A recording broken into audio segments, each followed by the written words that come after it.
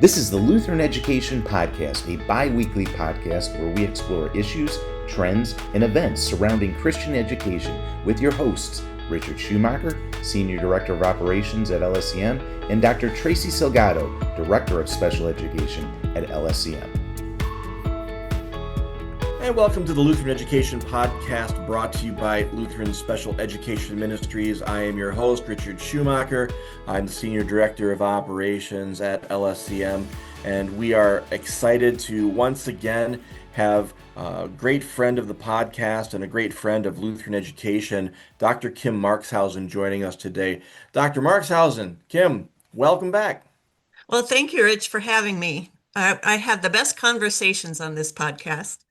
I enjoy them as well. It seems like we always manage to, make it very interesting, very informative, light conversation, and there's always that Michigan-Nebraska tension that fills the air as well, which I'm sure the listeners really enjoy. Yeah, that's what they tune in for.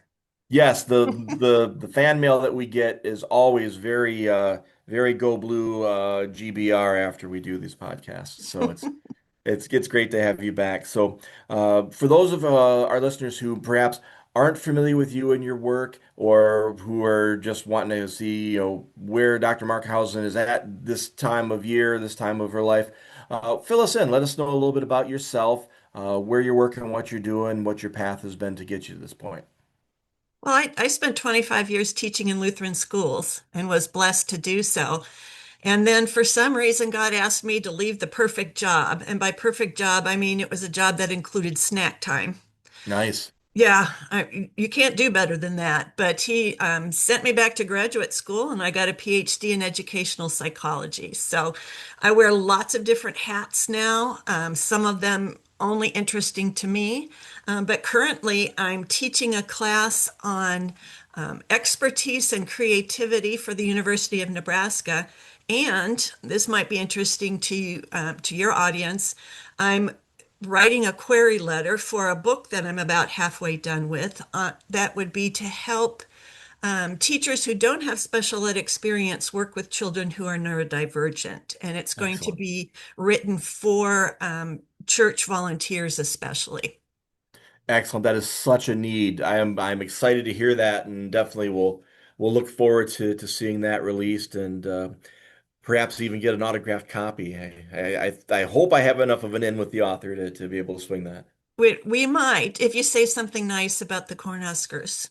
Absolutely. And let's just get that out of the way right now. Nebraska came into Ann Arbor recently and shut out the Wolverines 3-0 in front of a packed house at the Chrysler Center. Uh, no ill adverse effects from the loss that the Cornhuskers took to the Michigan football team a few weeks prior to that. But both both teams are looking poised and ready, and looks like Nebraska's going to be off to another national championship season before the year's up. Yeah, that's our hope. All right, so before we get into the meat of what we're actually going to talk about, I'm just going to ask a question. So, the perfect job had a snack time. Hmm. What are your feelings on higher education instituting a snack time? And I'll preface it with this. When I was a student at Concordia Ann Arbor, I had an opportunity to do a study abroad program and spent a semester in London at Oak Hill College there. They had a affiliation with CUAA. And so I got to spend a semester over there. Every day during the week, Monday through Friday, everything on campus, all classes, all work, everything shut down every day at 10 a.m. And we all went down to the cafeteria, the meeting place, whatever it was called, and had coffee, and there were snacks available. And the Hmm. entire campus showed up for this 15-minute coffee break, and it was the most amazing thing ever. And I've never seen it anywhere else, so I know it's possible. What are your feelings on higher education implementing such a practice here in the States? I definitely support that. And it was something I experienced in graduate school. because the dean every day would bring a whole big box of donuts and everybody in the building would come down. But the break from work is important, but that networking is also really important. And it's interesting that you asked this question because not too long ago I did a podcast with Pastor Tim Allman, and one of the things we talked about in there was the scriptural basis for snacking and napping because of, Jesus feeding people, feeding the fish and sleeping during a storm and whatnot. This is important things to our health. And if the listeners would at least indulge us to get through the end of this podcast before switching over to that one, I would appreciate it. But no, that's amazing. I will be checking out that podcast when we get done, so that way I have a scriptural basis for the snacking that I like to do. My doctor won't be happy, but if Jesus wants me to have a snack, who am I Yeah, to, well, who am I to tell him no?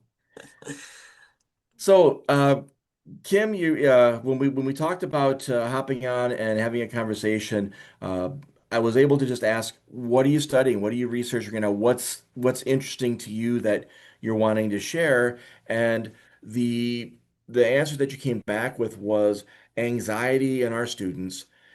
And this is a topic that I think is very relevant, very pertinent right now. Jonathan Haidt's book, The Anxious Generation, which came out last year, really sparked a lot of conversation amongst educators and amongst parents about the impact that social media and phones and all of those things are having on the mental health of our kids. And it seemed like a great topic, so that's what we're going to be jumping in on here today. I want to start with a question based off of the subtitle of the book itself that reads, How the Great Rewiring of Childhood is Causing an Epidemic of Mental Illness. What jumps off the page at me is the phrase great rewiring of childhood, because that's a pretty bold claim. And the mhm, way it's phrased is one of this isn't an accident.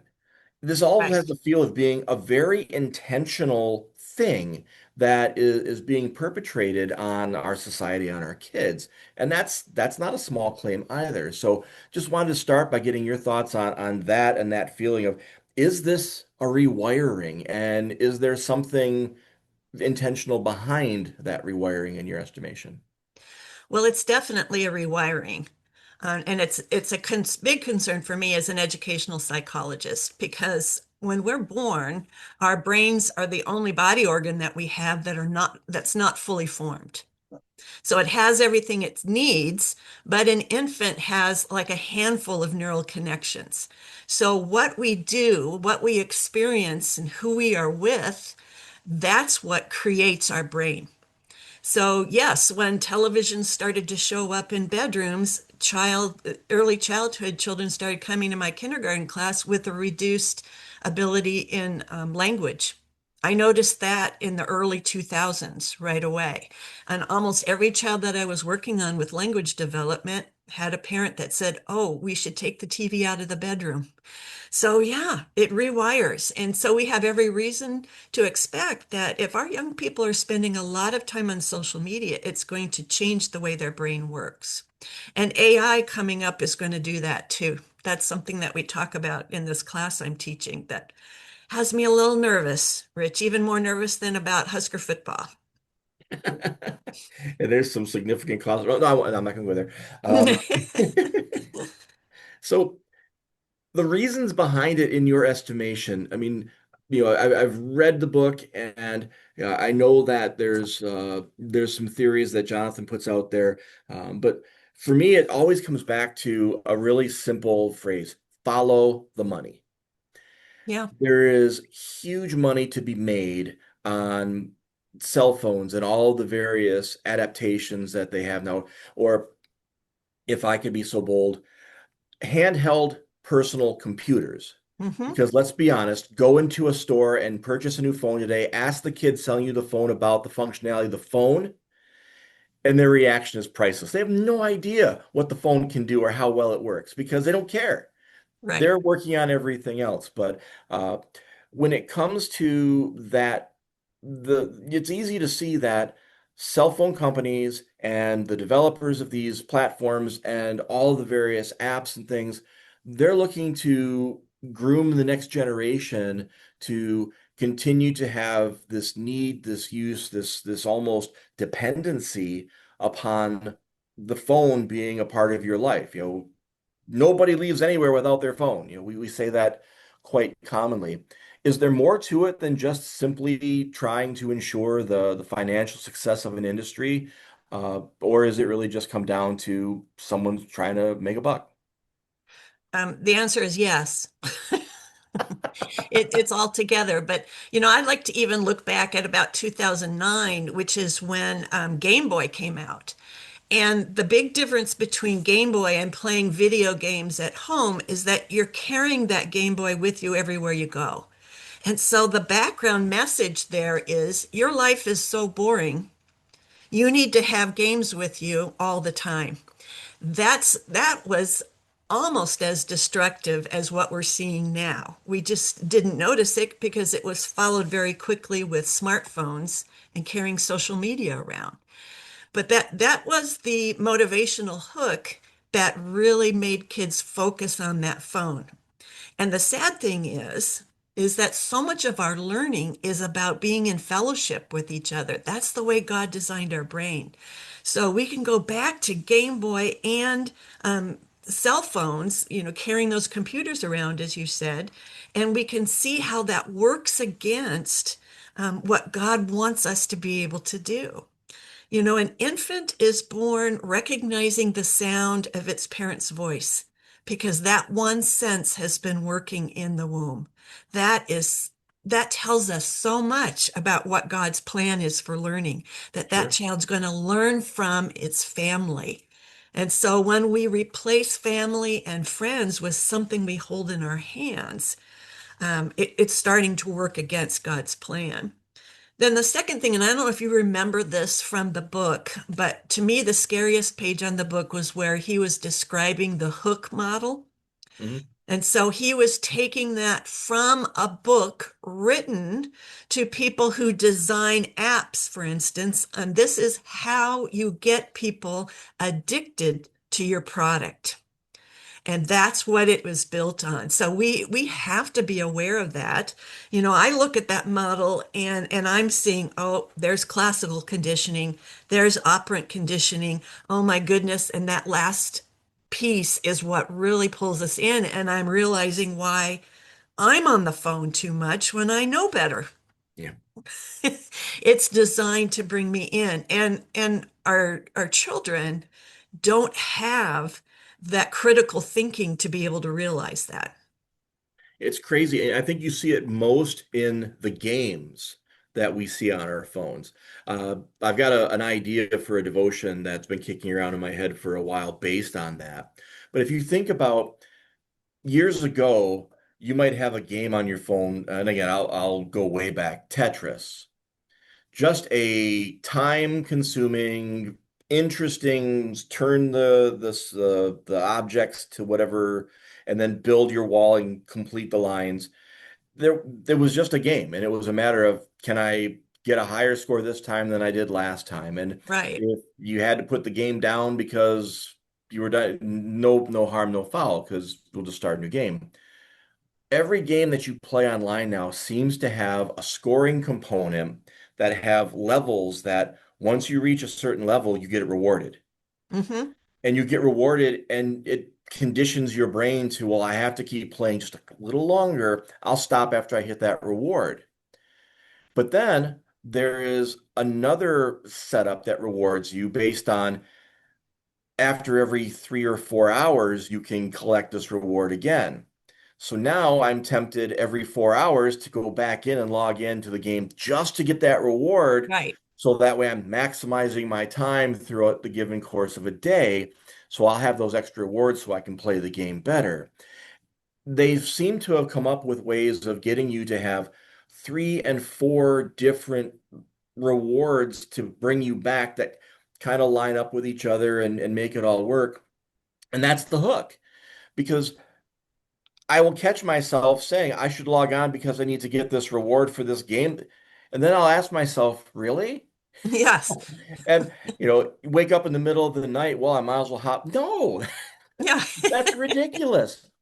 But the hook is set so hard that you have to actively tell yourself, this is really ridiculous. I shouldn't be doing this. But it's true, and it's very intentional in the design of those games to get you to do that. I'm a glasses wearer. Hmm. And if you ever watch me, you'll know my glasses, they're not fitted right to my face. So I'm constantly taking my finger and pushing them back up on my nose. And if anyone else is a glasses wearer, you know of what I speak. You're constantly doing that. Have you ever not had your glasses on for an extended period of time and just out of habit, put your finger up to push your glasses back up and then feel like an idiot because I'm not wearing glasses? I just hit myself in the head. All right, if I'm the only person that's doing this, I just admitted it. I'm hoping and guessing that I'm not the only person doing it. Same practice is true with people and their phones. If Hmm. you don't have your phone on you, how often it is you sit down someplace and I've got 30 seconds of downtime, and you start reaching for your phone pocket. It's again this hook, this condition that any moment of time that I have that's the slightest bit of downtime, I'm obligated to fill it. And with what? Conversation, prayer, a thought about the rest of my day or a future plan. No, phone. I can check what's going on Facebook. I can purchase something to have it shipped to the house. It's amazing the hook that they have established. Well, and if we apply what you've been talking about to people who are in middle school and high school especially, one of the things psychologically that they're working on is finding their identity. Hmm. And so what they need to be able to do that is they need to be interacting with peers and with teachers and with parents and with anyone that they can. But instead, built into those games or built into the apps is this kind of false interaction. Yeah. So you feel like you're interacting with the world, or maybe there's a social component to your game, so you feel like you're interacting with real people, but it's not an interaction, it's just a reaction. And then that becomes something that's not satisfying to the brain because the brain is saying, I need you to interact. And so there we have that cycle that creates that anxiety. Because if our brain is not getting what it needs, it's going to tell us. I think about my son when he was a baby, he had RSV and he had a fever that was rising really fast. He had a seizure from that because the brain says the temperature's going up too fast. I'm going to create a seizure and that's going to cool me down. Mm. Well, the same thing happens when the brain's not getting what it needs in terms of interactions, because those interactions, the small ones when you're having donuts at a college, and the bigger ones when you're playing a game with friends, a real life game with friends, that's what is helping to build those pathways in the brain that helps you to understand who you are. But instead, we've got these young people's investing in their games, investing in social media, which is part of that hook model, and that's becoming their identity. And it's interesting to me because as you were describing that, I'm thinking of the stories you hear from time to time about how the one in particular that came to mind uh, during the pandemic, a lot of the race car drivers began doing virtual racing. They were playing the video games. Mhm. And the simulations were, pretty lifelike. I mean, it got to the point where I think Fox actually were broadcasting simulated races on TV featuring NASCAR drivers because we can't get together at the track, but there was such a demand to watch anything Sure. that these drivers were willing to do that. And there was a story about Dale Earnhardt Jr.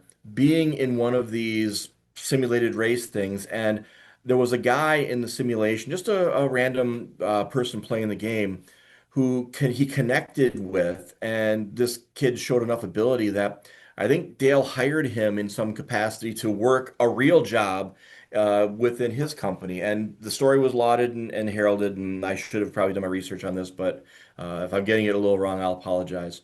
Um, but we hear those stories and everyone says, wow, what a great thing how this technology created this opportunity. And okay, I'll give you that one, but that's one in infinitesimal number of interactions. And what's really more important to the people living on planet Earth, that once in a lifetime potential opportunity that something could happen through a technology, or the thousands upon thousands of interactions that we're having with the people in our lives every day that are actually, as you're saying, developing our minds and our characters, who we are as people, that are so necessary in our development. Yeah. Well, here's a story that fits in with that too. Before COVID, I remember keynoting for a family ministry conference. Mhm. And I think I was talking about faith development, but we also talked a little bit about how you work with parents on that. And one of the things I said, this is a rule that I wish every parent could follow. Because I know from teaching, and you know this from administrating, you can't overwhelm parents with a Right. whole long list of things to do. So this is one thing regarding technology, is if we could train parents that when their child comes in the room, their phone goes in their pocket. And if their child is not in the room to interact with them, then it's fine to get that phone out again. But the message that you have when that phone is out, when you're asking them to wait a little bit longer, is such a dangerous message to the brain. And I explained that if you're using the phone as a tool, if you're on vacation and it's raining and you want to find the nearest McDonald's with an indoor playground, yes, do that in front of your child. Yeah. But if you're using it for entertainment, what is the message you're giving them? Well, what happened is a week or so later, I got an email from someone at the conference, and she said, my husband and I really took this rule to heart with our 1-year-old daughter. And in a week's time, we've noted a huge difference. And I thought, a 1-year-old? 1-year-olds, they're at telegraphic speech. They're not conversing with you. But what they were telling me was that their daughter was reaching out to interact with them more often Hmm. because they didn't have a phone in between them. So even starting that young, we've got to be aware of how we're wiring their brains. To go back to what you started with at the beginning of this podcast, that we have an input on how their brains are being wired, not just the companies creating the games and the apps. Yeah. Because no parent in their right mind would ever say that they would willingly allow any outside person, let alone outside company, have that level of influence over their kids, Right. but we're very passively letting that happen every time we choose to ignore what the child is saying or doing, or how they're reaching out and connecting, or what they're absorbing from us when we're filtering it through the view of our phone. Well, and there was an interesting survey result in Jonathan Haidt's book too, where they asked middle school students about how accessible their parents were, and 65% of middle school students said that their parents were distracted when they were talking to them. Yeah. That just shouldn't be. I mean, sometimes you're distracted as in, I'm in the bathroom now, you can wait a minute. But to be distracted on your phone, or to be giving the impression that you would rather be on your phone, Yes. that's what's hurting. Yeah.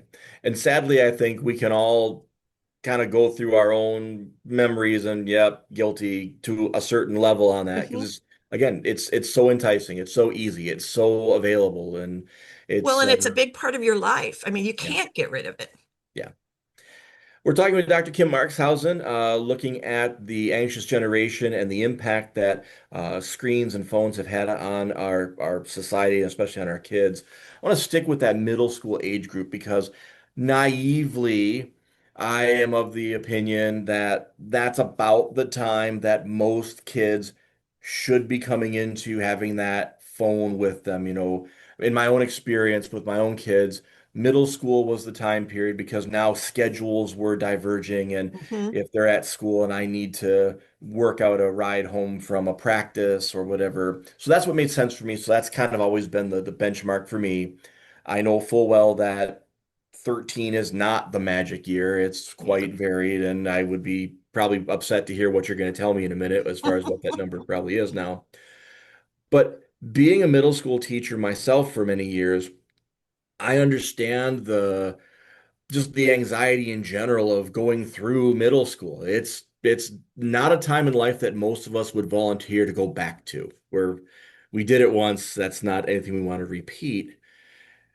But as we again take a look at the increase in anxiety, because we're seeing much more anxiety in society, and it does make sense that phones and technologies have a definite role in that. But as we look at that, Kim, to what extent is the phone, is that use of the phone creating a greater anxiety problem with our kids at middle school or even younger? So the issue of community is so important at that age. And we know that because students pull away from wanting to please the teacher like they did in kindergarten, which is what I liked about kindergarten, to wanting to please each other and to be admired by each other. But the community that's online with social media has no expectations.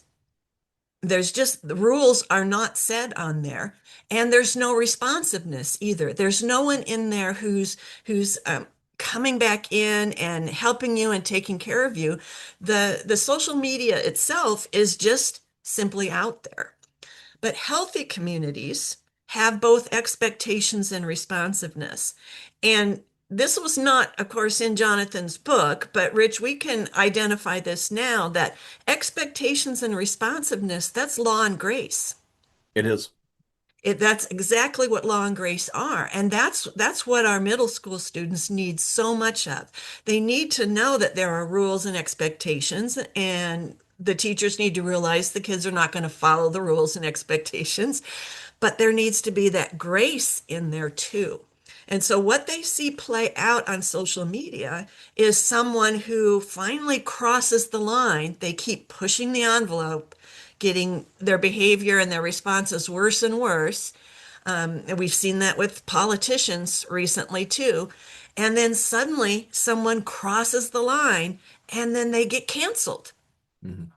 There's no opportunity to apologize and to be forgiven and to learn that rule. They're just simply canceled. And when you are a teenager or a teenager, you don't have the life experiences that tell you, I can get over this. So instead, it becomes a part of who you are. And you either develop shame from that, or you develop a sense of rebellion and you embrace that kind of personality or those kind of actions that are going to get you in trouble. And those two extremes are not going to produce a healthy outcome, either one of them. And so, yes, then the anxiety comes because I've been shamed on Facebook or Instagram or Snapchat, or I have to get even more audacious because now that's the identity that I've accepted.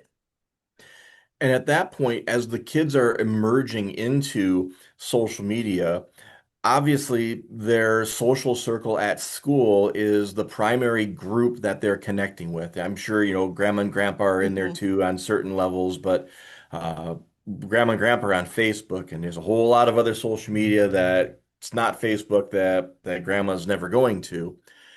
And so that extension of being on display or on the stage that you have when you're in school, trying to impress your classmates and not be the ostracized one. So you're trying to keep up with the Joneses in such a hard way Mhm. there. To have that all kind of fall apart on the social media platform makes it even harder. It's one thing to do something or say something embarrassing at school. Everyone gets a laugh out of it, but by the next day or a couple of days later, it has subsided. Social media is permanent, Right, it's far-reaching, and uh, for a student to have something like that happen, and doesn't even have to be like really extremes in right. terms of behaviors in the mind of that child, that's got to be devastating. And Mhm. not having the development in place or the network of people to come in that know that it even happened, they're having to face this on their own with less than a full array of support and ability to be able to deal with that. And they're in many cases suffering through this in complete isolation. What a horrible place to be. Yeah. And if you think about bullying, you know that in the last 20 years especially, there's been a lot of curricula coming out on how do we teach kids to not be a bully and how do we teach kids to speak up for themselves. Well, all of that depends on things happening synchronously. So that means at that moment when you're both there. But when it's happening, when bullying is happening in social media, it's asynchronous. So you wake up and you find out someone's done this to you, and it's already been liked or noticed by who knows everybody else that you know. And for a middle schooler, that's the whole world. Yeah. Now, what are you supposed to do to counteract that? We don't have a method for that. And as adults, I think we sometimes lose sight of that because we would look at that situation in our 30, 40, 50-year-old selves, and having had the benefit of years of experience and more development, we would look at it and can dismiss it to say, it's no big deal. It'll go away. It'll be fine. But in the mind of that 12-year-old, 13-year-old girl, no, Yeah, it's not going to go away. It's not fine because according to where I'm at in my development, this is my, as you said, world. This is everybody I know. And they don't have that ability to really process and understand that, yeah, this probably is just a blip in the course of your entire life, but that's not their fault. That's where they are. That's their development level at that right. point. And the neurological background to that is they've just recently had a major pruning in the brain. So a pruning session in the brain is when the brain says, we're going to get rid of the stuff we're not using anymore so we Okay. can make room for more neural pathways to do what we need to do next. Because when you get to that middle school age, your brain needs to be able to use logic. Now, if we don't typically think of middle schoolers as having good logic, and that's because they've not practiced it, Sure. but we hear them trying it. Well, so that lots has been a lot of stuff is gotten rid of in their brain in that pruning, and it's being rebuilt. They have to have human experiences to know that if you're bullied when you're 12 for being a nerd, that's okay because maybe you'll grow up to be a teacher. But they can't see that far into the future. And then not only that, but the bullying is just so much worse. It tends to be of a sexual nature. That's really horrifying to me. But that brings in a whole nother problem with being on the internet when you're young, is that you're not protected from that stuff. Yeah. And critics of all this will say that the phone is being vilified because it's just a tool. I mean, you used that Mhm. phrase earlier when it came to we're getting rained out of our current plan, so we need to come up with a plan B. And in that case, yeah, it is a tool. But if you look into a toolbox, a hammer is a wonderful tool, but it's limited in its use. Mhm. Hammer's great for driving nails, really not that good for driving in a screw because you can't put in a screw with a hammer unless you're slamming it in there and you're going to create Well, more you might be damage. able to get that screw in there, but it's going to slide back out. Exactly.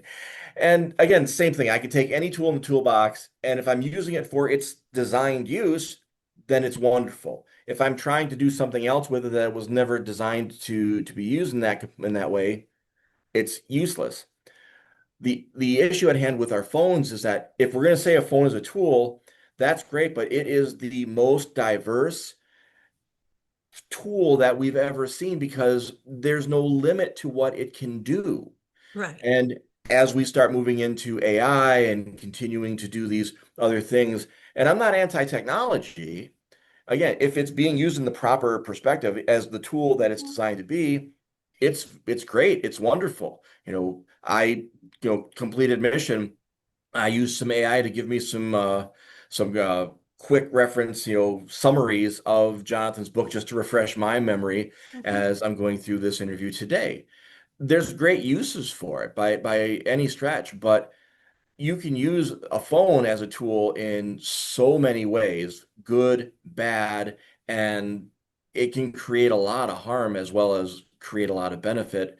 And in the wrong hands at the wrong time for the wrong purposes, the negativity is going to be really bad. The screw I drove with a hammer, screw's gonna be messed up, the board's going to be destroyed, but I can easily get a new board and I can easily fix that particular problem. The problems that we're causing here with the technology have the potential for being very devastating and very long-term problems without a simple fix. Well, here's the big difference between a phone and a hammer.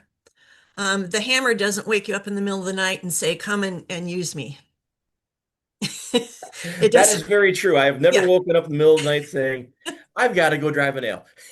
Even if you're a carpenter, you can take a break from using a hammer, but the phone is designed to pull you in. The other difference is you don't see a hammer or other kinds of tools as being a human-like thing. But we're talking about AI. AI responds in a very human way. And the students in my current college class, they are Gen Y.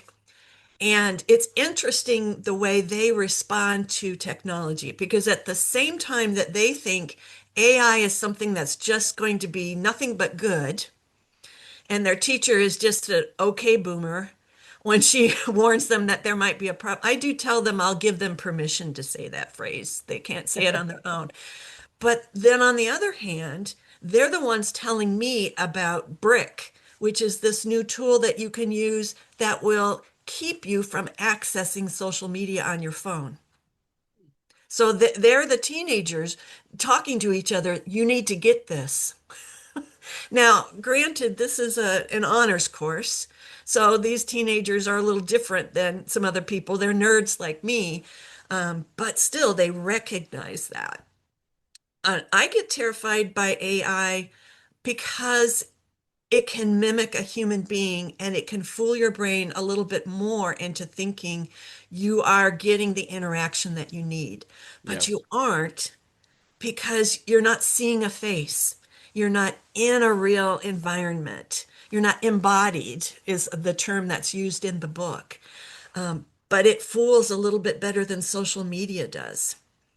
And just simply building into AI technology that where the AI is not going to convince someone that suicide is a good thing, which has happened already, that's not enough. It's not enough. One of the things we're talking about in the class is the moral development of AI. Because as human beings, our moral development does not happen outside of our cognitive development. It is intertwined. And so as AI is developing cognitively, is it developing a sense of morality? But I'm not seeing it get past the stage where my kindergartners were, because kindergartners will tell you what you want to hear, and they won't think that's a lie because their level of morality is I keep the teacher happy or I keep my parent happy. That's exactly where AI is right now. It's going to tell you what you want to hear, just like the algorithms on social media will put up on your page the kind of memes you want to see. Not healthy. A lot of things to be anxious about when it comes Mhm. to just that component. Any other things as far as technology is concerned that will increase the anxiety for the user, and again, whether it's a child or a teen or an adult, anything else that we see in that realm that creates or increases that level of anxiety that a person could be feeling? One of the big problems is that phone use is what's called an experience blocker. And so it not only blocks you talking to someone else, but it blocks you interacting with the real world. And so that becomes another danger in that rewiring in the brain. But again, the brain says we need to be outside. We need to be in nature. We need to be around other people. We need to do creative things. But the phone is keeping you away from that. So it just comes back and feeds again. Your brain's not getting what it needs, and that makes you anxious. When you're anxious, you tend to go back to your phone because playing a game a little bit or scrolling through social media can help you calm down. And then that, of course, just feeds back into that circle. Mm. Um, we could talk a little bit about ages when kids should get phones. And you're right, it's not an easy thing to hear. I'm so glad that my kids are in their 30s and this isn't an issue for me. But a smartphone should definitely not happen until 16 or 17 years old. And that is hard to even imagine. Even I have a hard time imagining kids not having a phone. They should probably just have, a flip phone And here instead I of. was thinking you were about to tell me that your kids were in their 30s and they still don't have Yeah, they still don't still, have a phone. yeah, no, no, they do. And they're trying to help their parents with their phones. That's the stage we're at. That's a good and healthy thing right there. And this is a good time to take a quick break. So we'll jump back into the conversation here with Dr. Kim Marxhausen in just a moment. But first, just a quick message from LSCM. You are listening to Lutheran Education Podcast brought to you by Lutheran Special Education Ministries. Thank you for listening. If you like what you hear today, please consider sharing our podcast with friends and colleagues in the industry. Again, thank you for listening to the Lutheran Education Podcast. All right, and welcome back to the Lutheran Education Podcast brought to you by LSCM. We're continuing our conversation with Dr. Kim Marxhausen based on the Jonathan Haidt book from 2024, The Anxious Generation, but looking at the impact that technology and particularly smartphones have had on our students and on our society as a whole.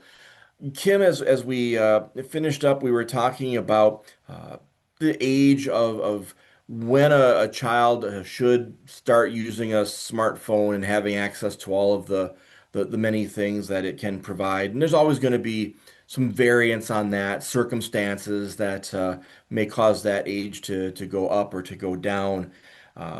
But one of the things that you mentioned was this whole concept of an experience blocker. Mhm. I'm always amazed. And again, if you've ever listened to Kim and I talk and listened to the first half of this podcast, we go back and forth with Nebraska versus Michigan. It's fun. Michigan wins most of those important games, and In Kim's a good sport volleyball, about do that. they? In volleyball, Rich? We scored a few points. We we won in the court of public opinion because all of the images from Chrysler Center show everyone in the building wearing maize and blue and no red. Yeah, yeah. So There's some debate about that. That's yeah. that's false news right No, there. no AI use there by any stretch. But no, with our common love of sports and athletics and college athletics, I'm always amazed at people can be out in nature, out at an event, out at a function, and they're living this amazing experience, holding a phone up, Yeah, recording it for who? yeah. Of all the videos that are taken of all these, who do they show them to? I guarantee you they sit on that phone until they run out of memory and they have to delete it because they don't know what else to do with it. Or if they put it up on YouTube for all four followers that actually watched it, but it doesn't matter because whatever the event is, just watch everybody in the stands or stand. There's thousands of phones. So you're even taking yourself out of the moment because Right. I have to capture this. To what end? I have no idea. Yeah. But And if you're in my age group, there's anxiety right there on, oh, I should be filming this. Oh, how do I make this work? And then so I just don't. And then it's over. And then I think, oh, I should have gotten a video clip so I could put that up on social media. So now I've got no anxiety. And I've finally come to the conclusion that no, nobody wants to see my experiences. I should just experience them. It's like nobody wants to see what I'm eating. I'm gonna take a picture of my food. yeah, and if you're ever like dieting or working with a trainer and he's on your Facebook message, that you don't want them to see But yeah, what you're no. eating at that point. And I know that my trainer is not listening to this podcast, so I can make that I can make that admission at this point. But experience blockers, you use that term, and I have not heard that before, but it's perfect for Mhm. what we're doing to ourselves when it comes to that. So tell us more about what are the other experience blockers that we're facing when it comes to our technology? Well, and this was in Jonathan's book again, but it's also something, I mean, because he's a sociologist, and so that's what I liked about the book, because it overlaps with what I've learned in psychology, but it gave a slightly different perspective. But th this is a huge thing that I studied when I studied development too. The brain is growing and developing because of those experiences. So any kind of screen is going to block your experiences. And when I talk to teachers, especially, I say if you're going to use a screen, especially in an early childhood classroom, you need to have a really good reason for it, because every instance of using the screen is going to block an experience. And we need to take that into account. But what I like to use when I talk to parents about this, especially in terms of the parents' use of screens, not just them using it, looking at a phone, but um, constantly handing their children screens, or making sure, you can't drive in the car without a screen. You can't wait at the doctor's office without a screen. Those kind of things. Being at the grocery store, I kind of want to take screens away from children, but that is frowned upon. I found out. You kind of get kicked out of the grocery store when you steal an iPad from a child. But all those experiences are important. So what I like to show parents is I have this picture, I have a photograph of a really healthy tree photoshopped up next to a less than healthy tree. Because the idea is every time that child interacts with a sibling or a parent or points to something, you have what we call is serve and return. That's the interaction that's happening between them. It's like it grows a new leaf in the child's brain. And so children who have fewer experiences then, they will grow leaves in their brain, but they don't grow as many. And you can see in the photograph, both halves of the trees are green, but yet you know in your heart which one's the healthy one, which tree is the one that's going to survive a drought, for instance, which tree is the one that's going to survive a big storm and not lose any branches. And that's what we want to create in the brains of our children. That's what makes them resilient, and that's what helps them to overcome anxiety. But they have to have those experiences. So some of those experiences are interactions with family members, but a lot of those experiences are things like trial and error, trying to build something and it fails. And that's just a little blip in your life. What have you learned there? Well, you've learned something else about building, but you've also learned that there's other approaches. And so if something I tried didn't work, I can try again. We just had this here at my house. My husband, who's recently retired, fancies himself a plumber. And most of the time he does well with that. But we've spent a week with him. He's replaced the faucets in one of our bathrooms, trying to solve the problem of dripping water underneath the sink. And if you have a set of experiences where problems have been overcome, you're going to be a lot less anxious about that. Very It's true. just a drip under the sink. It's not water flowing. I'm not going to worry about it. We're going to figure it out. But when kids have those experience blocked, they don't build up that experience library that they need. Same thing is true with bullying. Kindergartners thought anytime a student said something they didn't like, they were being bullied. That was their definition. Yeah. So if you paint a picture and someone says, "Oh, I don't like that color," they're bullying me. Well, no. I had to, as a teacher, give them lots of experiences to figure out. Sometimes we have to let our friends be wrong, but they're still our friends, aren't they? You don't learn that from watching a video. You learn that from experiences. And that's such a rich concept there too, because that idea of a kindergartner thinking that something should be a different color. Now, okay, if we're painting or coloring a picture of a pine tree, and one student is coloring that pine tree and they're coloring it orange, no, pine trees aren't orange. Mhm, That just not doesn't happen in nature. Now, if the student wants to make their pine tree orange, that's a choice, mhm. but that student would have to then also accept the fact that other kids may, point out to them, pine trees are green. That's part of that development. Then the child can make the decision to say, you're right, and I'm just going to make mine green because that's what it should be, or you're right, but I'm going to keep mine orange because I like it orange. That's part of that development. That's part of that concept. Then you fast forward that into adulthood when we struggle with, well, this particular person views the world from this sort of a view Mhm. that might be more liberal or conservative than mine. We can look at that and say, well, that person has a different worldview when it comes to that particular topic. Or as many fancy nowadays, we can say, well, that person's a terrible person and should be completely removed from society. Again, it goes from something that's very simple, Yeah. but if that is not something that's learned along the way, then it makes sense when you would apply the same approach or the same process in later life on things that are more complex. 'Cause if you didn't learn it before, what's gonna make you all of a sudden learn it when you're again 30, 40, 50, 60 years old?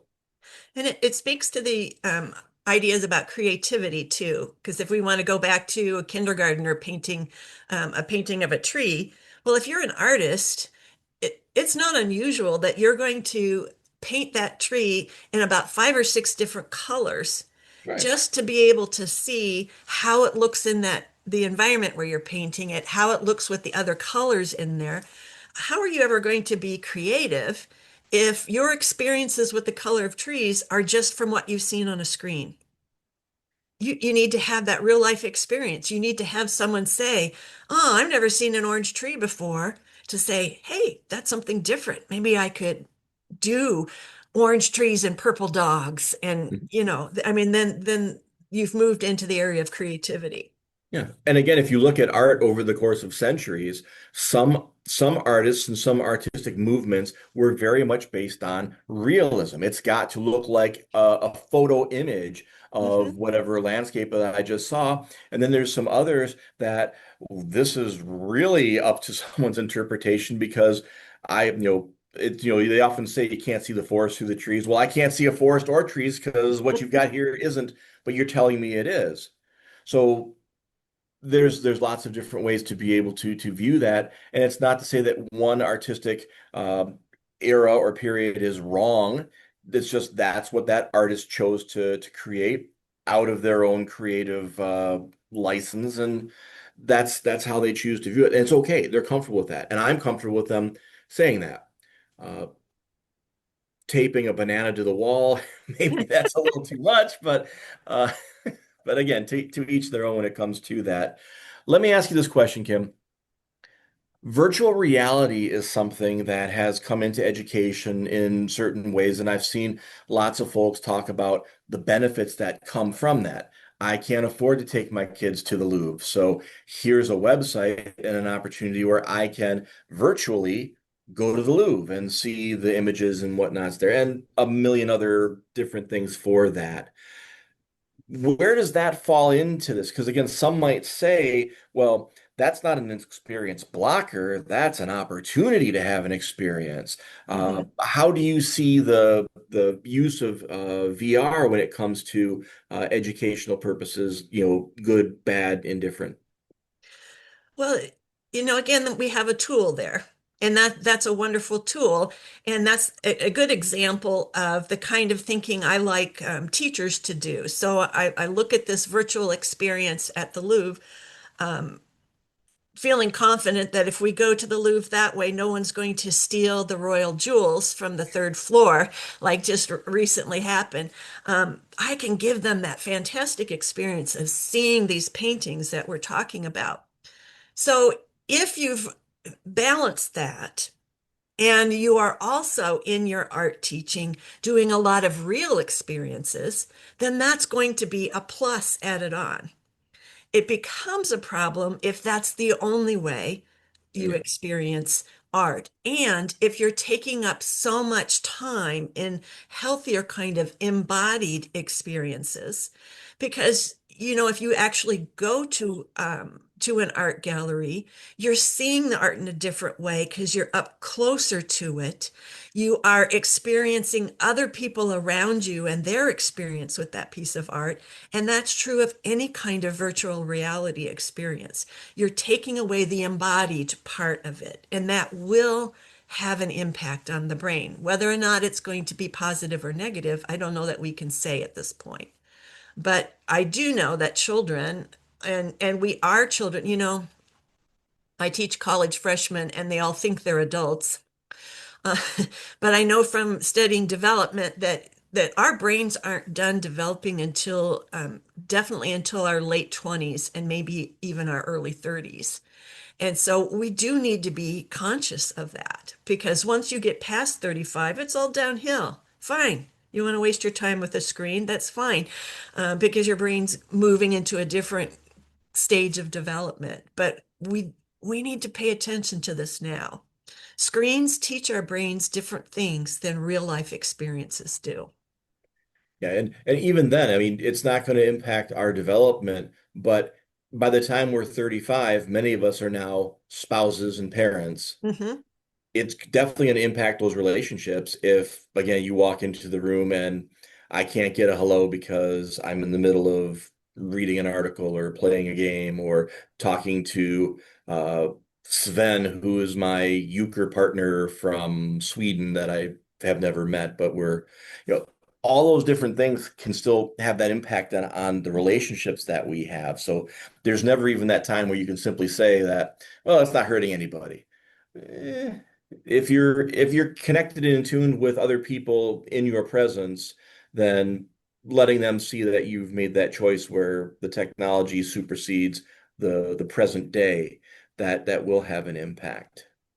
And so much of what we're talking about is discernment too. Sure. And as parents and teachers, we need to show students how to and children how to be discerning. And a big way that we do that is in how we orchestrate the day.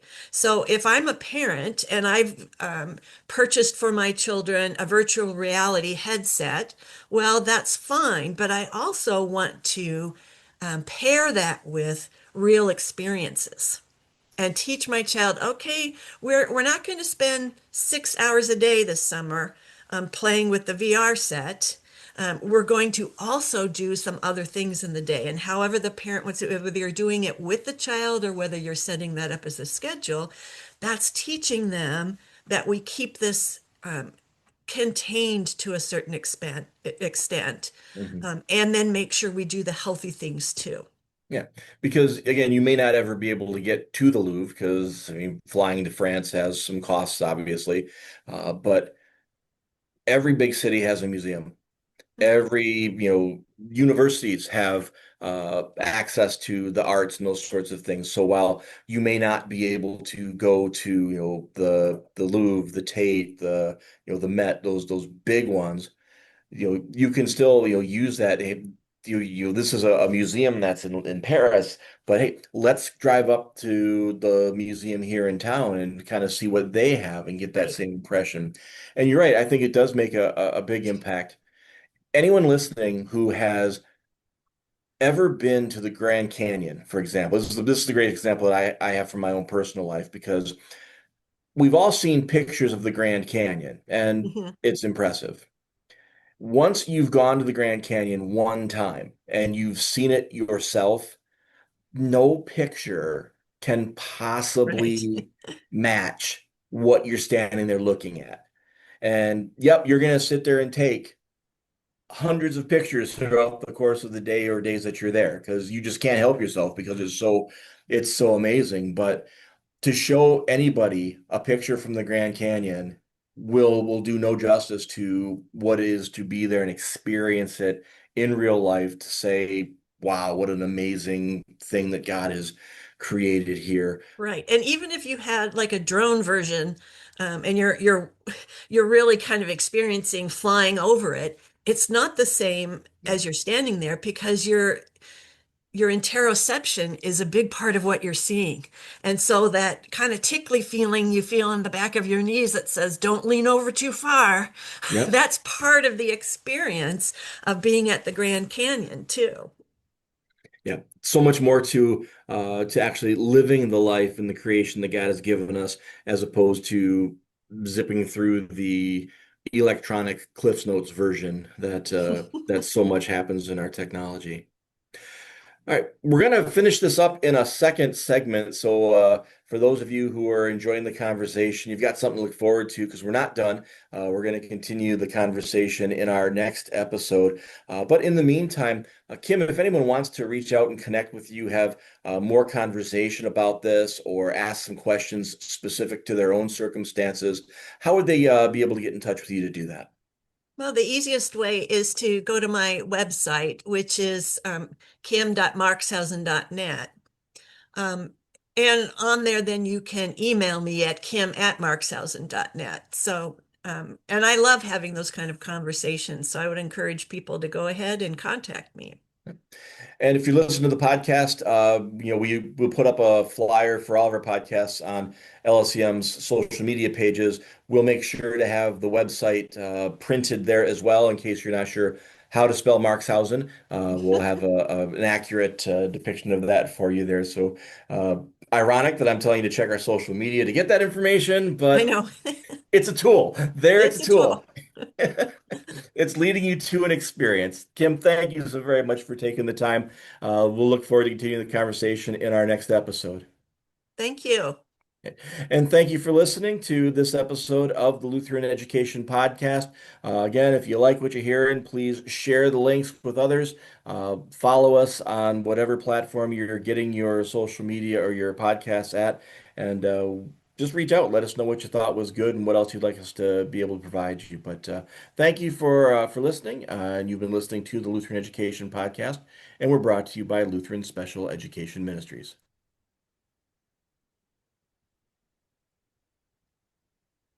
All right. Yep. Okay. I'm ready.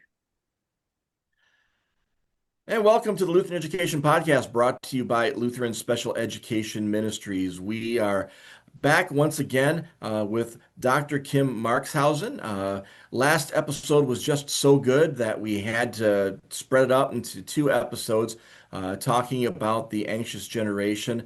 I'm your host, Richard Schumacher, Senior Director of Operations at LSCM. And Kim, welcome back. Thanks again for hanging out with us for a second episode.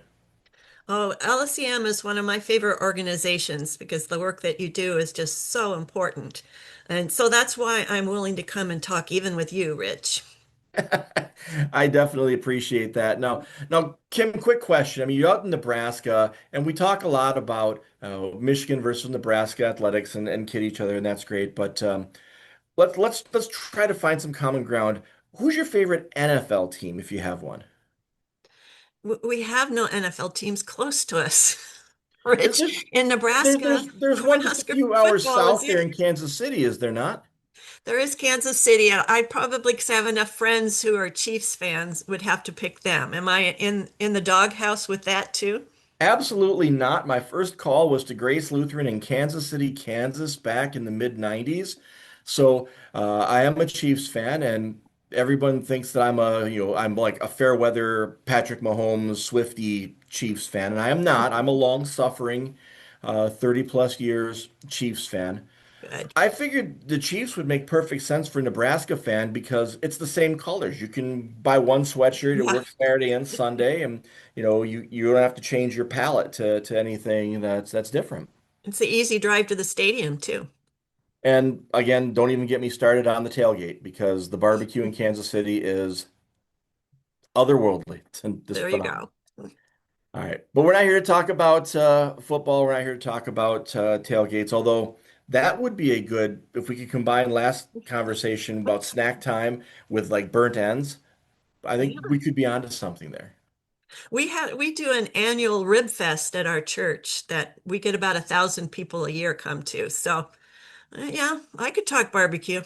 And we do LSCM Sundays where we go out to various churches and talk about our ministry. I could I could try to schedule myself in on that particular weekend if possible. I'll have my people reach out to your people and we'll see what we can get figured out. All right. All right. We So can make you a judge. say again. We can make you a judge. Oh, that would be great. You're gonna have to make sure that everybody makes a lot extra though, because I make my decisions very carefully and very intentionally, and I take a lot of time and a lot of bites And to. again, you don't want your trainer hearing about how many ribs you might eat at our rib fest. No, actually, I think I would bring him with me. Okay. He would sign up for that part of it too. Love some good old meat. All right. We're talking about The Anxious Generation. This was the book written by Dr. Jonathan Haidt, released back in 2024. And Kim, you've been, as you said, you're working on teaching a class, I guess, that's got a basis for this. Is that correct? No, the class I'm teaching is an honors class for college students on expertise and creativity. Got it. And Got it. but just because of the way my brain works, anything in my life overlaps with educational psychology. So See we it? make it work. And my brain's still thinking about that barbecue we were just talking about, so Yeah. I need to get it together here. So we'll go ahead and do that. But anyway, as we talk about the anxiety that stems that we've been seeing stemming from the increased use of technology, smartphones, social media, all those different things, we're seeing a lot of impacts on our kids, and we talked in our last episode about a lot of those different things, but. I want to start specifically today about parent use for technology. One of the things that we finished the last one on was this whole idea of, even though we're an adult and we have our own level of comfort when it comes to the world, and our brain has stopped developing for some of us many years ago, because we've just reached that age where we're beyond that. The impact that technology use can still have is definitely there. Not maybe for us so much, but it certainly impacts our relationships with other people around us, Mhm. not the least of which with our spouse, our families, and our children. So as we jump back into the conversation here, what do you see as the biggest impacts of adults using technology, especially around their kids and grandkids? Well, and I want to be specific about this. Adults using technology indiscriminately, Okay. because it's not our goal to lay guilt on grandparents or parents. So instead, what I'd love to see in homes is parents having the discernment and teaching the discernment to their child about when and how much and in what ways we use technology that are healthy. And that can always start with a faith lesson, because technology is a gift from God. And because we are sinners, we manage to turn any gift from God into something that's harmful. And so we just need to be aware of that and to be actively teaching that to our children and our grandchildren. And often that means saying something out loud. And so you send a strong message if your child comes into the room and you put the phone down and start to interact with them. But you also have a strong message when you say to your child, I've been on the phone too much. I think I'm going to turn my phone off for a couple of hours. What do you think about that? Or, just being intentional about those kind of rules. We've been playing this video game inside. Let's go outside and toss a baseball around or a football around for a while. Constantly giving them other ideas so that they're not growing up thinking the screen is everything about who I am. It's But interesting how yeah. it's interesting how we are so unwilling to do that. And oftentimes it's because, well, we have to be accessible. If something were to happen, someone's got to be able to get a hold of me. I have Hmm. to be accessible. And again, that's the phone part of it. But as I Right. had mentioned in the last episode, it's not a phone. It's a personal computer. And Hmm. for those of us who are old enough to remember back when phones and computers were two completely different things, uh, you could under the circumstances, walk away from your computer, and if the phone rang, you still would go answer it and pick it up.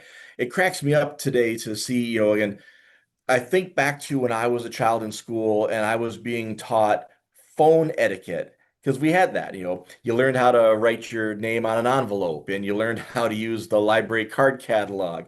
You learned phone etiquette. How Mhm. many times you let it ring before you hang up? Because this was even before answering machines. I'm really quite old, I guess. So we were taught all of these different things as just kind of this is what's considered socially appropriate. Nowhere do I know that we really ever teach that, especially not in schools nowadays, but I don't see that really anywhere. I mean, what a simple thing it is to say when someone enters in the room, turn your phone off, set it down, put it away. Mhm. Put it in your pocket or put it out of reach so that way, you don't have that habit, that habitual, I have to grab my phone because I feel like I've got a short window of time that isn't being filled by some sort One of second, yeah. stimulus. Well, So and it's interesting that you say put the phone out of reach because recently I read about some research where they had students in three different settings. One setting was, well, it was two different settings. One setting, the student had the phone in their pocket, and in another study, the phone was just a little bit further away from them. Like here in Nebraska now, you can't have your phone on in a classroom, but they have those plastic things on the wall, so you stick your phone in a pocket when you got come it, into got it, yeah. class. Well, those students that phone was further away did better on tests than those students whose phone were in their pocket. So even when they know the phone is on them, it is a part of their brain, and their brain is saying, we've got to pay attention for that buzz, or we need to be checking that phone again. So I think that's an important piece of research for parents and teachers to know that that thing that's they really need for contact with their parents needs to be further away. Yeah. I mean, I will catch myself. I'm out in the yard doing yard work during the summer, and uh, my wife, when she's out doing yard work, she'll leave her phone in the house because, again, when it comes to ladies' fashion, phone pockets just aren't really a thing, and she's tired of her phone falling out of her pocket, so she leaves it in the house. I have my phone on me because that's the timepiece. That's what time is it? So Mhm. I will pull it out periodically, see what time it is. But invariably, when I pull it out, am I just looking to check the time? Well, no, you see, because now I've got a notification that Mhm. somebody sent me a message on Twitter or X or whatever they call it now. So I should just check that real quick. And then I'm in the rabbit hole. It's Yeah. so easy to fall into that rabbit hole because it's there and it's convenient. If I leave my phone in the house, I don't give it a second thought. So the lesson is I need to buy a clock for outside in the garage so I know what time it is without having to have my phone with me. But again, it's just so easy to fall into that rabbit hole and so important to model that that's not the most important thing. Well, and that brings up an important issue too about phones at bedtime or iPads at bedtime, because we have pretty clear research on that um, children, and this goes all the way through high school, should have at least an hour of time away from a screen before they go to bed.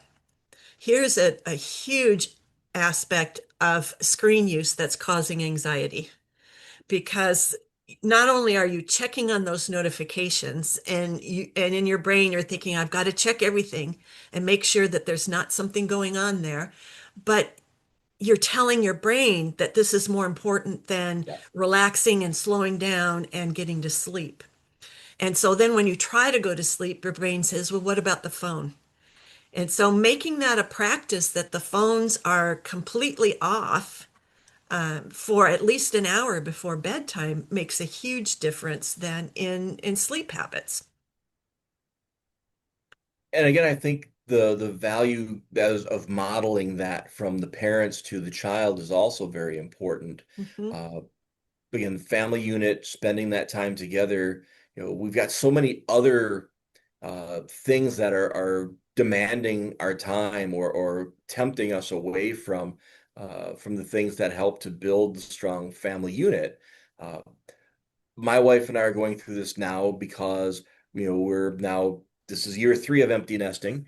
Our youngest is a junior in college. And so our schedule is far more our own than it ever used to be because our daughter, our youngest especially, she was active in everything. There wasn't a night where she didn't have a sporting event or a practice or a drama event or something to go. She just was wired to, I've got to go, I've got to do, I've got to be a Mhm. part of it. And so the last few years now, we've kind of experienced the difference because we now have time that we never had before. Well, how are we going to choose to fill that time Mhm. becomes a really critically important thing. For some, we can get those projects done around the house that we never had time for, or we can take up a new hobby, or we can go and experience some things that we want to do as opposed to just simply following the school bus to the next volleyball match.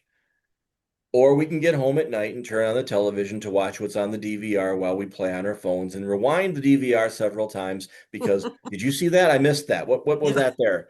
Oh, I was in the middle of a game. That's that's not that's not taking advantage of that. That's actually again falling into a deeper hole with those ramifications. And again, when your kids then come home and see that that's what their parents are now doing, what they're involved in, it sends a message that, well, that's what family life is. And now it's kind of okay for the next generation to start off with that really bad image. And what that makes me think of is the development of social skills.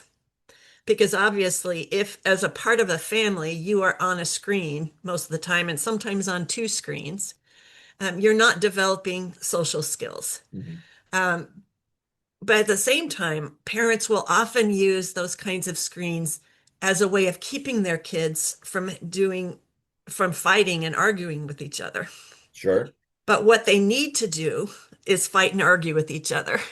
And I don't mean to say that parents need to encourage fighting and arguing because kids will do that enough on their own, but they need to realize what the benefit of that is. Mhm. Because I remember as a kindergarten teacher doing a parent teacher conference, one of the first things I would start talking about with parents is how well their children get along with others one on one and how well they get along with others one to a group, right?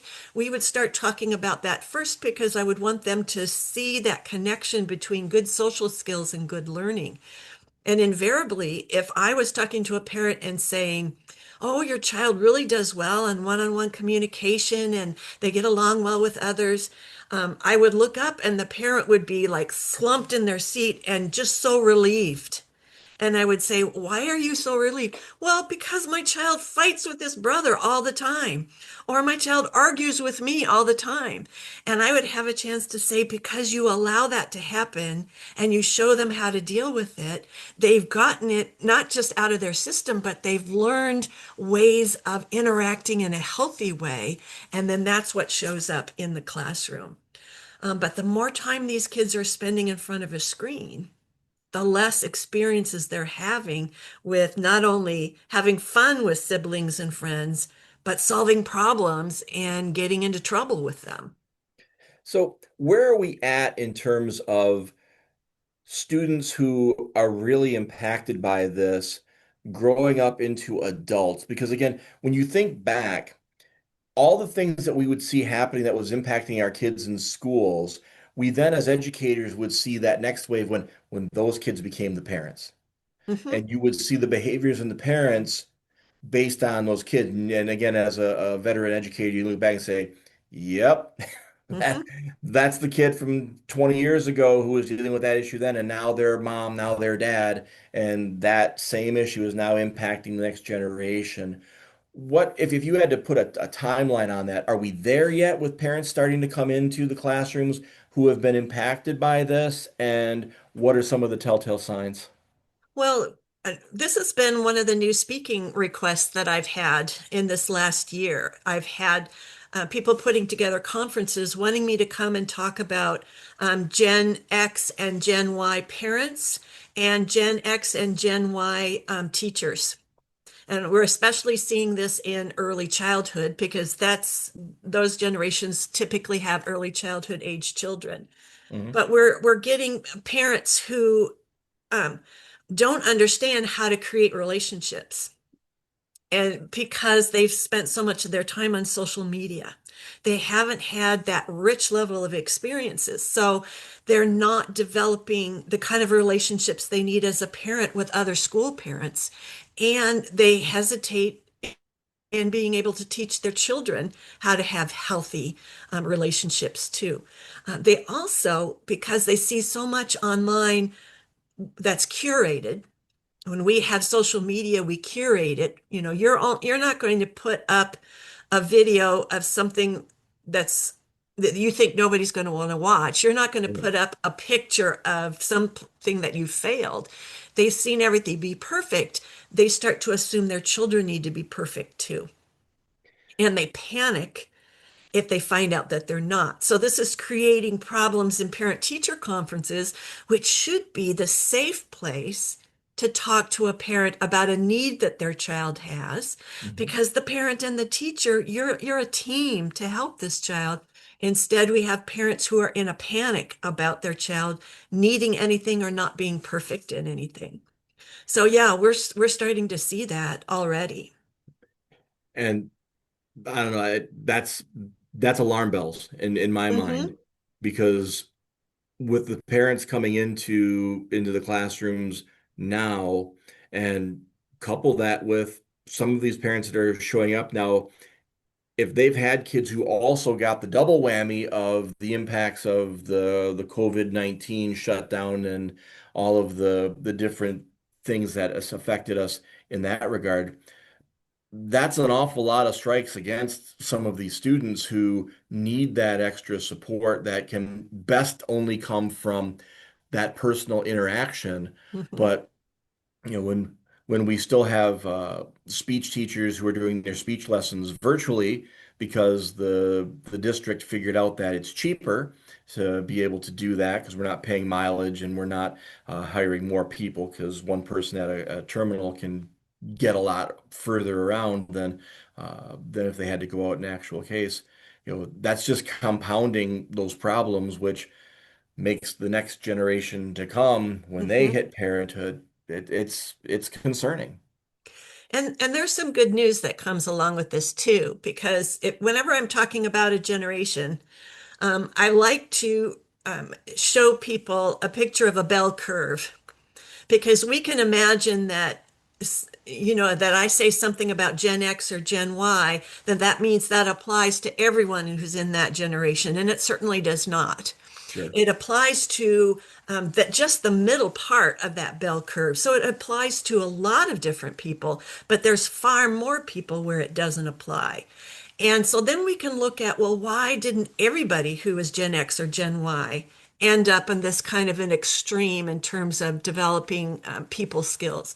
Well, there's ways to intervene.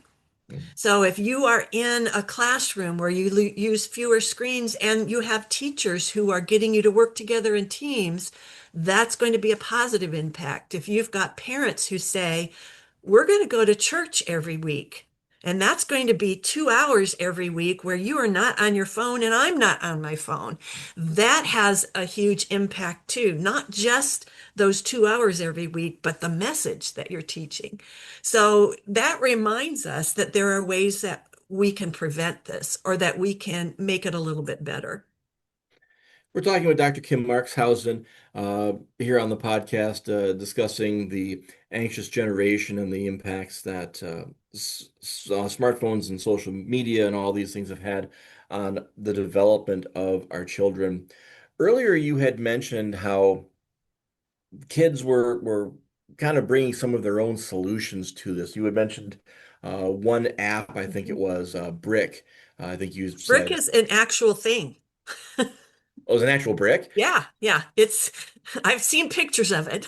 I've Okay. I've been to the promised land, Rich, and I've come back.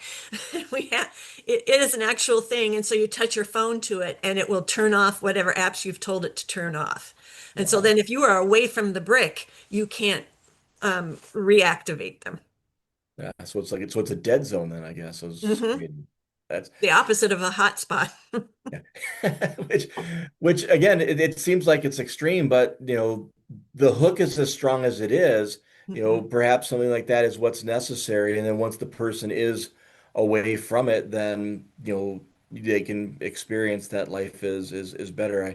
You were talking about church just a moment ago. Uh, the church that I attend was built in the, I think, early 80s, late 70s, early 80s. And so this particular building, they built the building and they put dirt and grass around much of the building. So if you walk up to it, there's like a slope that comes down from where the windows are at. I don't know, was this designed to be better insulation, keep a heating and cooling cost down, or was it a Cold War response? The dirt will save us from the bomb. I don't know. What I do know is Wi-Fi in that particular part of the world and with the dirt packed around the building is terrible. Mm. You can't get a signal. So even if I'm in Bible class and I'm trying to Google something relevant to the discussion, spin, spin, spin, doesn't come. So I've gotten into the habit of I don't want this thing in my pocket for the next couple of hours because it's useless to me. It's not really effective to do anything. And I'm at church, so I just leave it in the little cubby tray of the door of my car. And I Mhm. don't even take it into church with me. And I'm not bothered by that. I can Yeah. worship and go to Bible class and all that. And if there's absolutely something that I must look up, well, someone else will look it up. I can just Mhm. say, hey, I didn't bring my phone in. Can someone check that or whatever? And the sun rises and the sun sets Yes. and life goes on. It's this amazing thing. But when given the opportunity, I do think that the next generation of kids can figure out what they need to be able to avoid those things, like this brick idea or whatnot. So as you've thought about this, what do kids need to do to counteract this trend? How can they advocate for themselves to not continue falling down the same rabbit hole that, say, my generation and the generations between me and our kids now have fallen trapped to? Well, the most promising thing that I see in the college students that I teach is that they'll talk about being aware of what's happening. And just recently overheard a conversation. It's a seminar class, so they're doing a lot of discussion. So I feel like I'm giving them a healthy 3 50-minute periods a week where they're discussing with each other. But they were talking about the new version of AI that does the videos. And they were talking about how they're able to, at this point, figure out if that's an AI video because they'll get one of a cat, for instance, jumping off of a fence. And if that video gets attention, then AI puts out 10 more of different animals jumping over a fence Yep. to get the attention. And so I like that aspect of starting to teach children very young what's the difference between technology and me? What's the difference between spending time on the computer? How does that make me feel? And playing outside for recess. These are good conversations that we can have even before social media gets to be an issue, to be more aware of how we feel when we're doing something that's embodied. So it seems like the key to this then is just having conversations about it, asking questions about it, seeing what the group feels about it, and Mhm. letting the group then determine for themselves, this makes sense, this doesn't make sense, because the the the richness is in the conversation. And That's you get right. to hear the people's opinions and perspectives, and then the group can come to consensus, which going all the way back to the very initial concern here was that we're losing touch of the connectivity interpersonally through technology. So it goes right back to that same basic solution of if we just connect as people, Mhm. even young people, we can identify, yeah, that's probably not good. And hey, this is a better way to do it. And let's try that. And if that works out, great. And if it doesn't, we'll adjust from there. Well, let's look at that kind of example in terms of a middle school lesson. So we could teach middle schoolers here's the problems with technology, A, B, C, and D. We could have, a nice interactive PowerPoint, maybe do one of those little quiz things and everything on there. Mhm. And that's not going to work its way into their brain because they're enjoying what they're doing on the social media.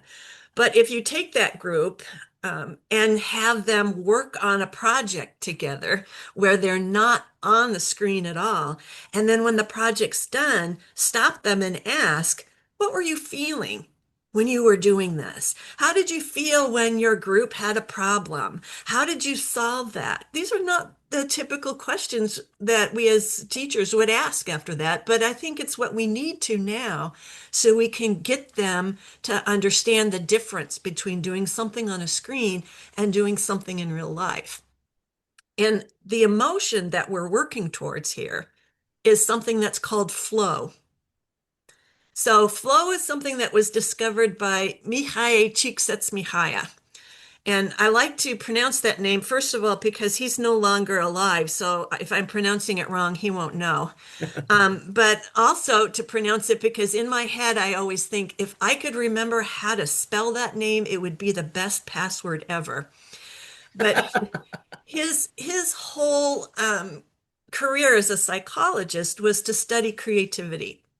And he discovered the sense of flow. And flow, if you look on, at a picture of emotions set out, you would see that flow is exact opposite of anxiety.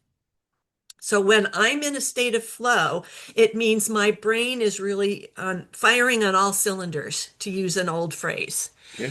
Everything about my brain is working on what I'm working on. And so that can happen when we are in groups of people. Like if you're playing on a basketball team, you're probably in a sense of flow because you are very quickly able to take in the information about what's happening in the game and apply it and to make it work in what your reaction is going to be when somebody tosses you the ball. That's a state of flow. That's why that embodied experience can reduce anxiety. But you can get a state of flow in a classroom if they're working on a project too. You can get a state of flow outside at recess, playing a really great game of kickball or whatever they're liking to play outside right now, because it uses up all of your brain and it's using your brain in the way God intended it to be used. So So to that's something that I would recommend to teachers and parents is to look for those kind of experiences where you feel like your family is in that moment and nothing else matters. You're and when you doing recognize something that, where stay if a with it. tornado buzzer went off, you would ignore it because you're so deep into it. Nice. Yeah, and again, you can't necessarily predict what those are going to be, Mm-mm. but when you recognize it, jump into it, stay with it, ride that wave out until it comes to an end, so that way, you can have that experience for as long an opportunity as possible. Right. And you're teaching your brain and your children's brain how to reduce anxiety. So that becomes a feeling that your brain remembers. And then later, when your child's in school and they're doing a math test and they're feeling anxious about it, the brain can recall that experience of being in flow. And like you said, we can't predict it, but we can make it much more likely to happen. And I'm willing to bet that if you or I were to think back upon our own childhood and some of the greatest memories that we have with our family, chances are they just fall into the category of flow that you just described for us. Right. Those are the memories that are sustained. Those are the good old days to which we long for. We just maybe didn't have the proper terminology for them. Yeah, the camping events that you've done or watching sporting events, especially if someone in the family is on the team, going to a museum or the library, whatever it is your family likes to do, bike riding, those kind of things are the things that put you in flow. And the rewiring that's happening in the brain is a very healthy kind of rewiring. And probably not too many times where it was just this was the greatest game of words with friends I've ever played. Right. Well, and you can think about taking real life things and making them technology too, because my husband worked for the engineering department at the university. He was not a professor, he was support staff. But I remember in the early 2000s him coming home and saying, the professors are all complaining about the students. They say that the students know everything about computers, but they can't design. And I remember saying to him, yeah, because let's see, when these students were 5 or 6 years old, they were doing Legos on computer instead of playing with real Legos. Right. And so that's a good thing to remember. When are you doing things that are real, where you're actually building something or you're actually doing something where you might make a mistake and have to try it over again? That's the experiences where flow is likely to happen. And it will happen even if you're making mistakes. And that seems so odd, but it's because your brain is so focused on what you're doing. Yeah, absolutely. All right, this is a good place to take a quick break. So we're going to go ahead and do that, and we'll continue the conversation with Dr. Kim Marxhausen on the other side. But first, this word from LSCM. You're listening to the Lutheran Education Podcast brought to you by Lutheran Special Education Ministries.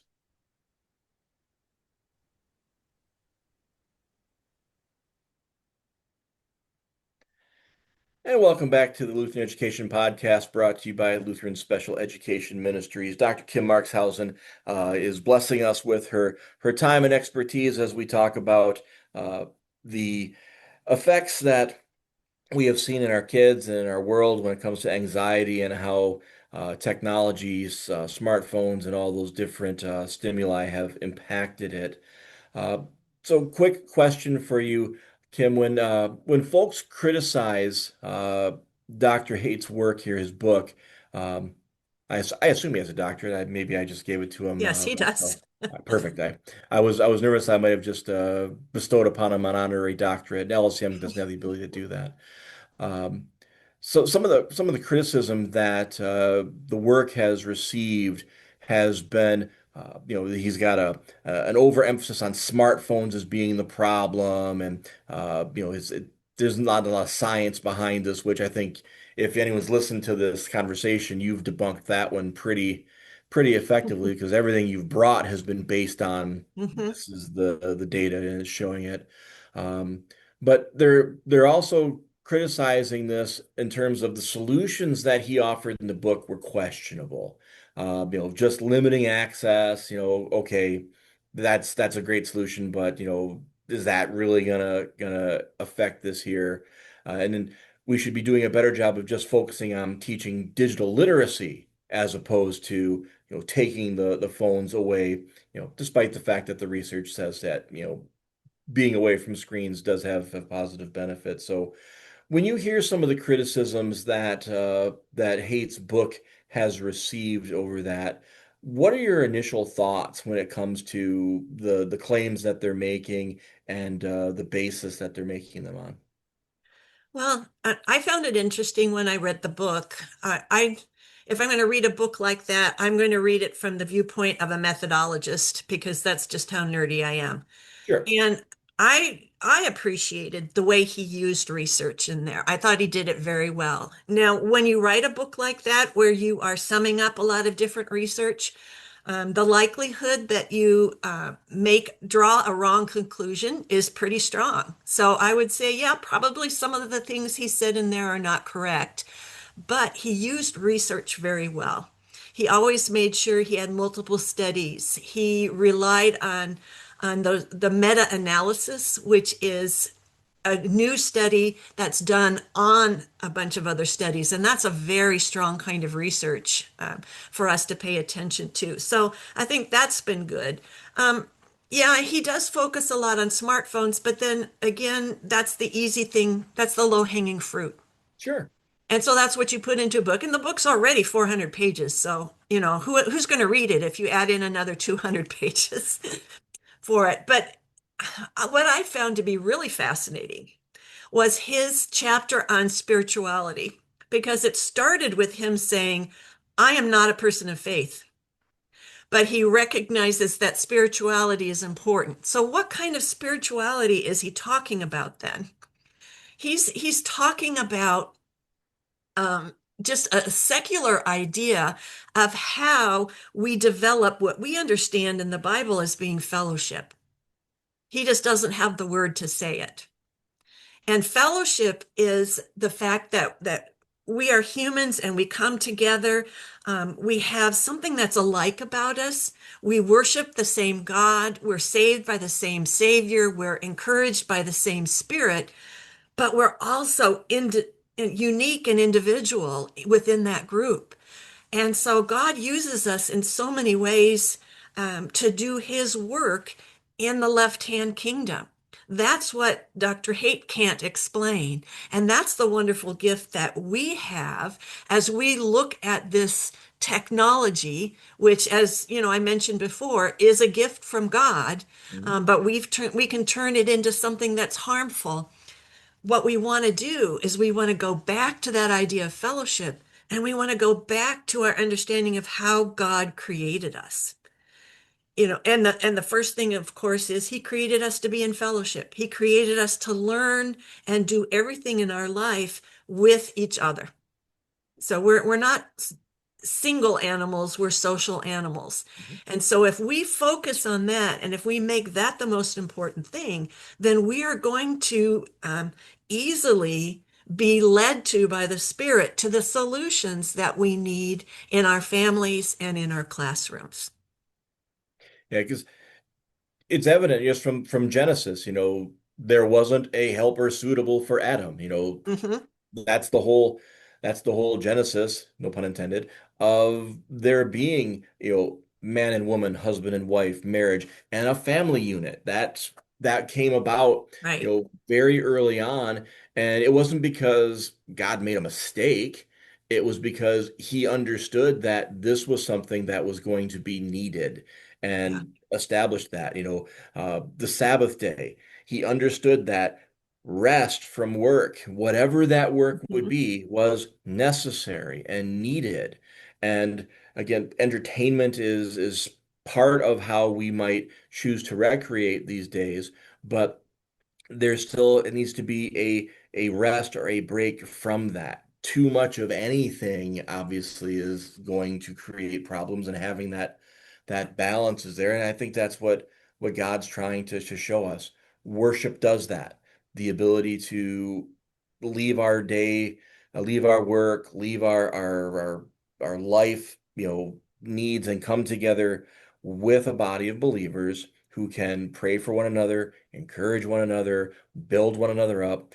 Just yesterday, I was visiting a school up in northern Michigan, sat in on their devotion. They invited me to join their staff devotions, and love doing so.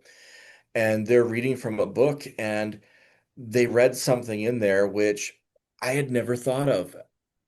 And it was a really simple concept. I mean, I was open enough to admit to everybody, I am today years old, and that Mhm. concept really just hit me for the first time. And I could get a sense from some of the people in there of the, really?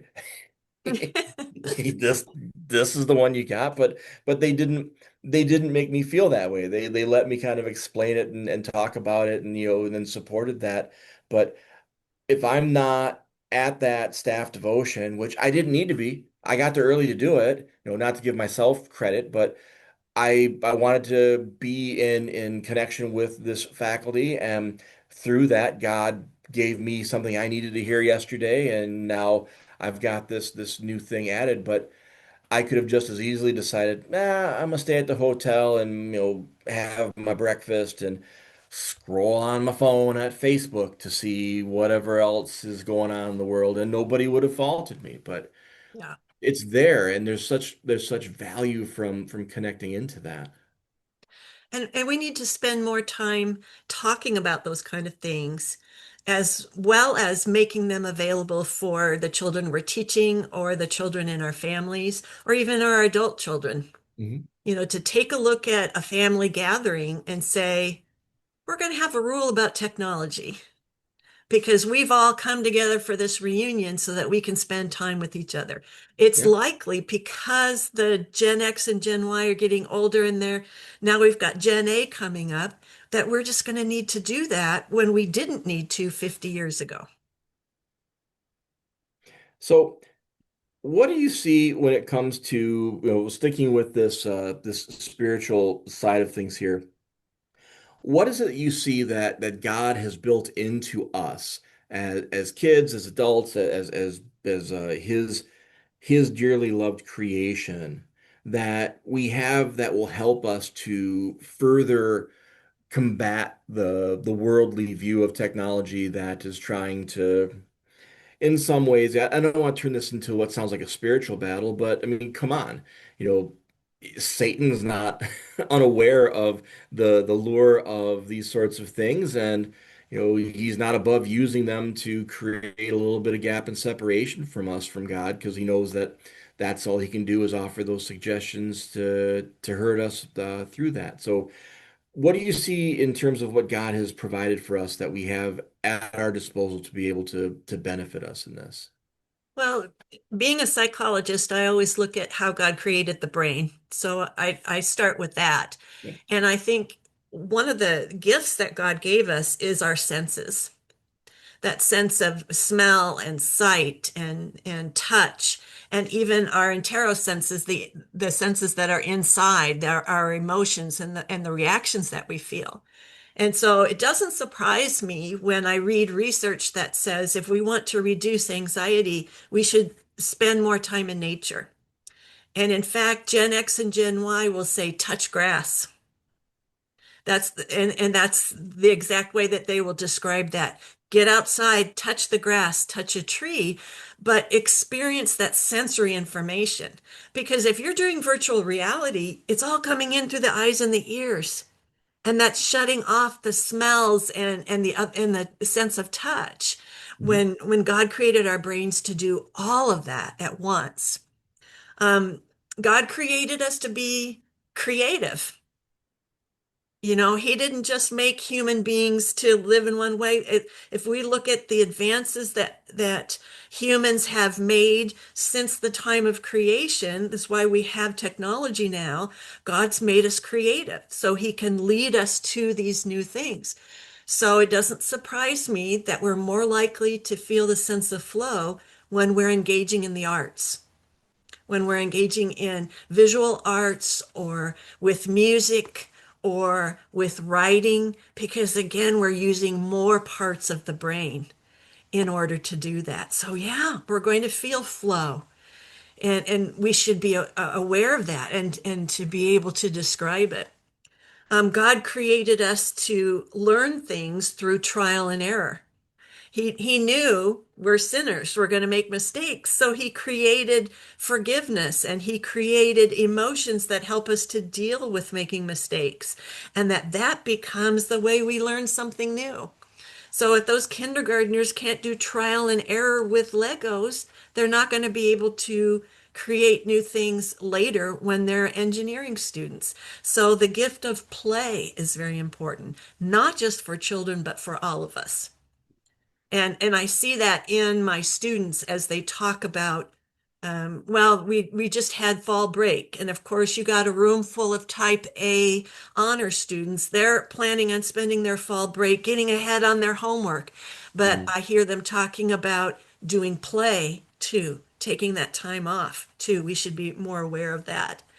And if God created our brains to learn in fellowship, then community is something we really want to work on. And I think not only in schools, but in churches, we need to look at more how do we create community? It's wonderful to bring people on your campus, but how do you connect them? And how do you then connect them to the faith too? We're going to have to counteract this as a church. What's happening with technology, we're going to have to counteract it with fellowship because And that's I the think main that tool. And I think that community concept is really just so critically important because with community comes the interaction and the learning about life through those shared experiences with people who are in some ways similar to us, but in some ways very different from us. Hmm. If you ever read a novel or see a movie, the best characters are the ones that are complex. You Yeah. know, Superman is Superman, and that's great, but if you really think about it in terms of a character, Superman by himself, it's kind of boring. Hmm. because you know what he's going to do, you know what he has to do. You know, Clark Kent is a little more interesting than Hmm. Superman because Clark Kent's got issues. He, he's got to deal with, galactic parents and this alter ego that he's got, and he's got Lois Lane and all the other Yeah, things. Where Superman, just you'll go fly someplace and beat the bad guy. right. The greatest characters are those when I think you find yourself rooting for the guy who is the protagonist in the story, but he's not a good guy. Then you think about, some of those movies, like just The Godfathers to throw out one that would be Hmm. commonly known. You know, Michael Corleone is the protagonist. You're rooting for Michael Corleone. Is he a good guy? No, and there's all sorts of evidence to demonstrate quite clearly how not of a good guy he is, but yet you find yourself rooting for the bad guy. Character creates, or those different character traits create a character that becomes uh, someone you can relate to and connect with. Now put that in the real life away from movies and books and TV. That's how you grow and learn too, because you get to see the interactions. You talked about it earlier, you know, with your husband now, an aspiring plumber, figuring out the leak in the sink, knowing that this isn't the end of the world. Hmm. I'm sure he has been tempted, if not, used a couple of times, a Google video just to see, well, how did somebody else do this so I can get a sense of Oh, what I yeah. should be looking for, whatever. And there's nothing wrong with that. But he's also taking the life experience that he has of a little drip under the sink is a challenge, not a crisis. Hmm. And we can manage the challenge until we figure out the solution. And once we've got that, then we feel that sense of accomplishment. Those are all things that, as you've said, very much created in our lives through the interaction with other people. Because now I can hear in a story how God worked in someone's life, but if I know the person and I had the Hmm. chance to be a part of that through the conversation and the watching and the praying for that person, that's a whole nother level of connection, which is going to more deeply impact myself and be something I'm going to be more likely to rely upon when I find myself in that same place. And again, as you said, and I think very effectively, that's how God designed us. That was Right. intentional on his part to create us that way. You want those experiences to go into your experience library so that you can pull them up again. Here's a great church example on fellowship. The pastor that we have now has a wonderful habit of when we've had a church meeting, and when you're in a church meeting is when you really find out that those people you worship with are different. Yes, you do. You can't believe that they think that we should do this and we think that we should do that. Our pastor always brings us together again after we voted and decided by singing the doxology. It's a simple thing, and I'm sure there's plenty of pastors all over that do that. But what's happening there is that we've had an experience where we pulled apart as individuals, Mhm. and then God pulls us back together again. And in Jonathan Haidt's book, and again, we're talking about someone who's not a faith-based person, he talks about something that's called collective effervescence. And Rich, this is my new favorite phrase because Oh.